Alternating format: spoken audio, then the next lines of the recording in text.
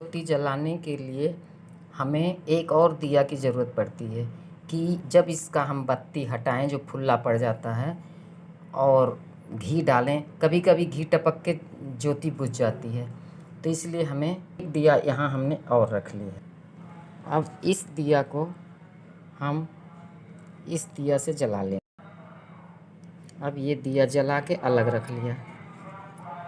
हम घी डालेंगे, कभी कभी नहीं जुड़ होती है दिया, कभी कभी जुड़ हो जाती है। अगर पिघला घी है तो उसको भी साइड से डालें कि जुड़ ना होने पाए। और ये मेरा जमा हुआ इस को हमने डाल दिया। और जमा घी थोड़ा डालिए, ये क्योंकि पिघलता है तो बहुत ज़्यादा हो जाता है।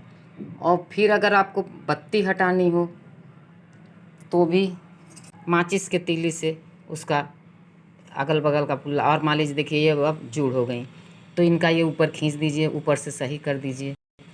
ये हम हाथ से फिर खींच के सही कर देंगे। ऊपर थोड़ा बत्ती और खींच लिया, और फिर इसी दिया से फिर हम इसी जो दिया बगल में रखें करेंगे। आप देखिए दिया जल गई। अब ये अखंड ज्योति आपकी रहेगी बनी। इसको अखंड ज्योति तभी कहेंगे क्योंकि ये साइड में एक दिया उससे हम ले लिए थे।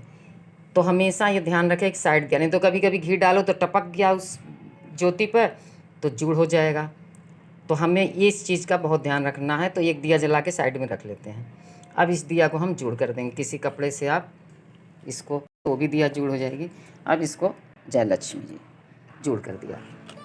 तो अब ये आपकी अखंड ज्योति जलती रही। मेरी अखंड ज्योति बहुत छोटी हैं तो 4-5 बार दिन भर में डालना पड़ता है घी, तब ये पूरा अखंड ज्योति 24 घंटा चलती हैं, यानी 9 दिन पूरा रहती हैं। थोड़ा इस पर ध्यान, और बड़ी बड़ी रहेंगी तो एक बार डालिए चलेगा, लेकिन वो फुल्ला जो ऊपर पड़ जाता है तो उससे वो बुझ जाती हैं, तो आपको ध्यान देना पड़ेगा। तो जय माता जी, सब लोग ऐसे अखंड ज्योति जलाएं और मैया का आशीर्वाद लें।